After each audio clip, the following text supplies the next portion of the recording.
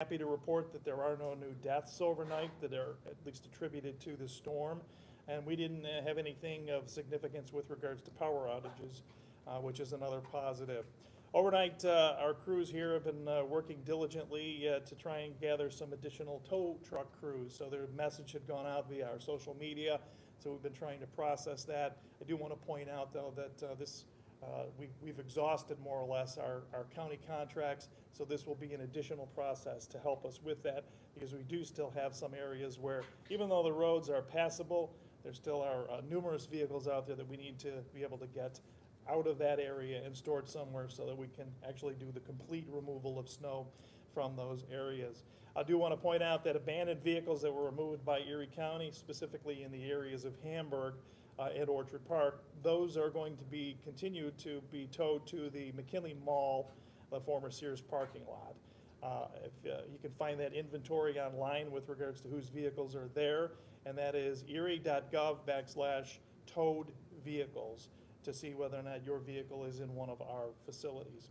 One of the things we do want to touch on this morning, as the sun starts to come up and the lake effect has moved much further to the south, is snow blower safety. A lot of people are going to get out this afternoon, probably after the Bills game, or try and get some quick snow blowing in before the football game. And we do want to mention the fact that there's a lot of obvious things you don't do while your snow blower is running. Refuel it, because we oftentimes have a lot of fires where people have a relatively warm snow blower. They go to put the fuel into that, and it causes fires and in some cases catastrophic injuries to those individuals. And also, a lot of times people, because of the nature of this wet snow that we have, the chutes on the snow blowers tend to get clogged, and people do some silly things sometimes with them running, reaching their hands into the actual chutes themselves, and they get caught in the auger. So let's not be secondary or tertiary major injuries from this storm here. Just a little bit of, again, that common sense safety when you're going out there doing some of these activities. And the other thing too that we wanted to point out, I noticed on our ride in, when we came in last night, and even during the daytime, because the sidewalks are probably several days away from being cleared, with 7, 8, 9, 10 feet of snow being tossed off of the road onto the sides there. People are walking down the streets, and they're walking down the streets a lot of times wearing dark clothing, especially at nighttime. We should probably try and avoid that. There is a driving ban, but maybe you might want to take a look at the fact too that with these snow plows coming down, not maybe being able to see you, or even some of the tow vehicles. Again, let's use some common sense with regards to walking in the middle of the street or on the side of the street there too. Just a couple of the observations that we have that we wanted to point out that we're seeing more and more of. So again, we don't want to compound things here with more catastrophic injuries. So at this point, I'm going to turn things over to the Deputy Commissioner of the Department of Public Works to give an update on some of the streets that and the progress that has been made, not only in the county, but with a lot of the towns and villages. Karen. Thank you, Commissioner. Good morning. As far as our road and our weather conditions from our highway barns, yesterday gave us an opportunity to really make some great progress on doing some clearing. Those efforts continue. The crews report that there are roads that are snow covered. They are hard packed underneath, so they're continuing their efforts moving the snow. They're also reporting, especially in our southern districts, that we've got high winds now, and those are going to cause some drifts. But the crews are keeping up with all of their routes. And as a reminder, this was a record-breaking storm that in some ways it was more intense than the storm that we had November back in 2014. We saw at some times that there were 6 inches per hour of accumulation. So the recovery is still continuing, and the recovery has been relatively successful. It's a testament to everyone's preparation, the planning, the continued work of especially our snowplow drivers and all of our recovery crews. They're going to continue that work, but many of these crews have started as early as Wednesday when they saw some accumulation in the south towns, and have been working around the clock. So we need to give them the room and the time to complete the work. We need to get through the snow clearance today, tomorrow, and hopefully we can get back to normal in all of these areas fairly soon. The county team is also going to be talking with school leaders later today to discuss any reopenings for Monday. And also on a positive note, for those of you who have been following the concerns and the story about the 10 Lives Club, DPW was able to respond to that call and help get access to the 10 Lives Club. All of the animals have been fed and they have been taken care of. Thank you. Thanks, Commissioner Jancowitz, did you have anything in particular you wanted to talk about? No. Okay, just wanted to throw that out there as an opportunity for you. We do want to remind those folks out there that are in the hardest hit areas that, as you've heard, we are making tremendous progress. This doesn't stop during the overnight. There's been a lot of activity going on throughout the course. Steady progress, we're happy to report. The mood is actually much lighter this morning here in the Emergency Operations Center because we all kind of sense that energy of we're getting very, very close to where we need to be. We want everybody to enjoy the Bills game out there, go Bills, but let the crews continue to do what they're doing. So really, you've got the perfect excuse. You've got a football game this afternoon, really no reason to be outside, stay in and watch the Bills beat the Cleveland Browns in Detroit. But I just wanted to update just one other thing here. We did get an updated forecast from the National Weather Service.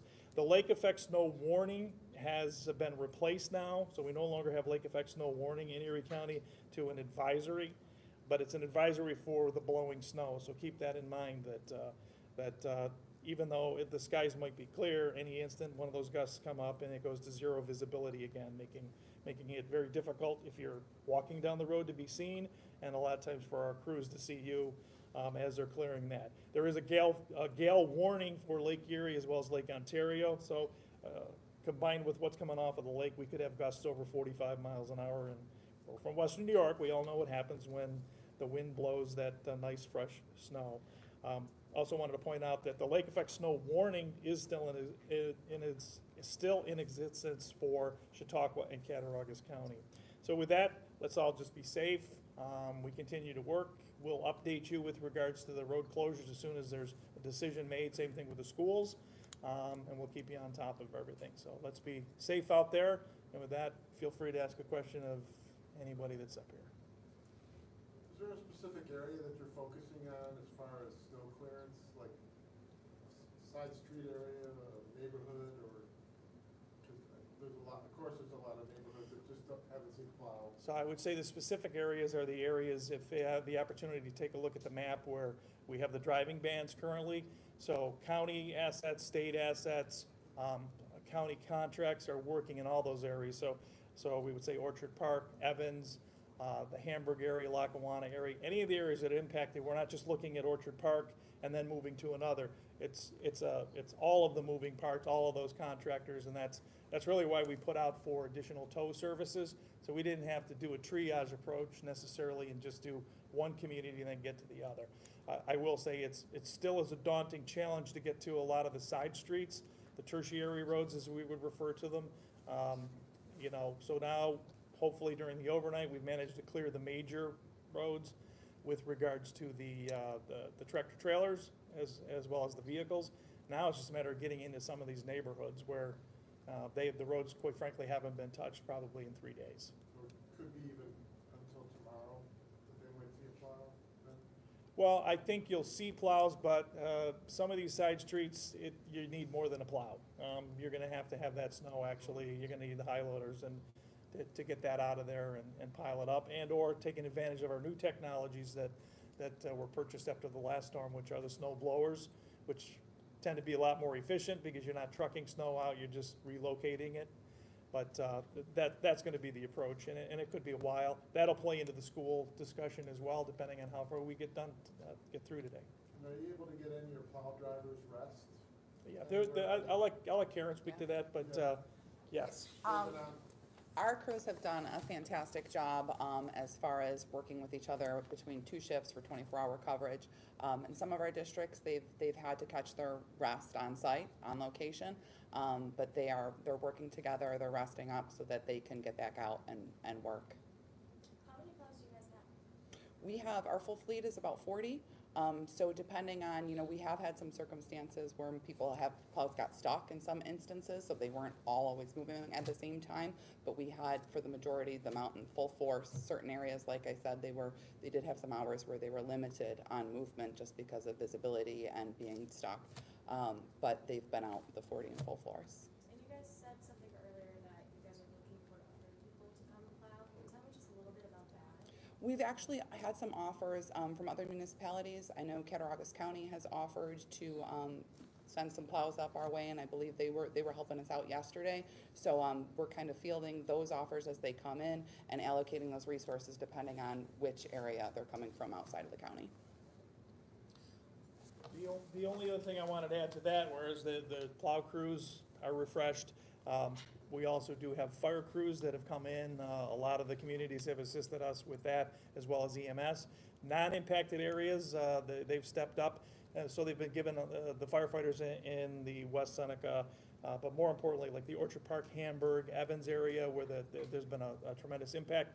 Letting those firefighters from those stations go home, get a little bit of a rest. We fill them in with these crews and representation from there so that they know the area. So yeah, so it's about not having that diminished return on responses. So yeah, same thing on the fire and the EMS side of things, and even law enforcement. You have to be able to stay on top of that. Have you had to do any rescues?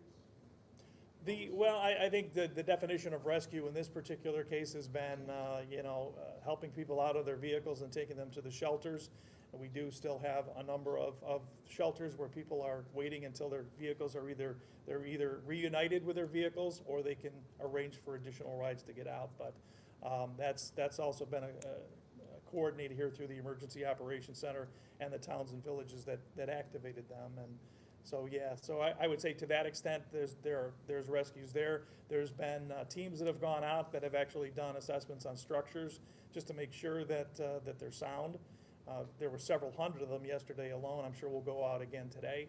There were throughout parts of Erie County, as that lake effect band swept back through, up to 8 inches of snow that fell rapidly in some areas. So again, we'll have those assessments. The rescue in the sense of no one needed to be pulled off of a cliff or from a vehicle that was severely impacted, just taking them from point A to a safety of a shelter.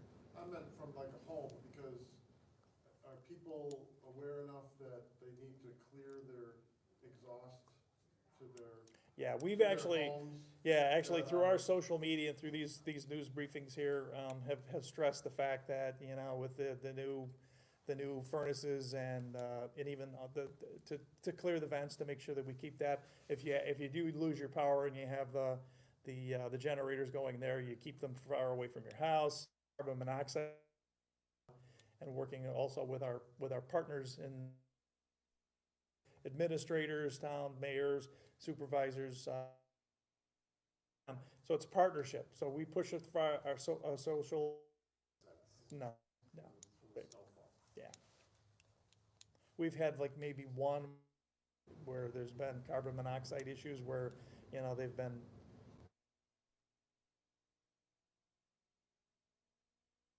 Amazing. The snowfall. Absolutely. Any additional? Ben, you have a question? Okay, thanks. Have a great. Thanks for doing it.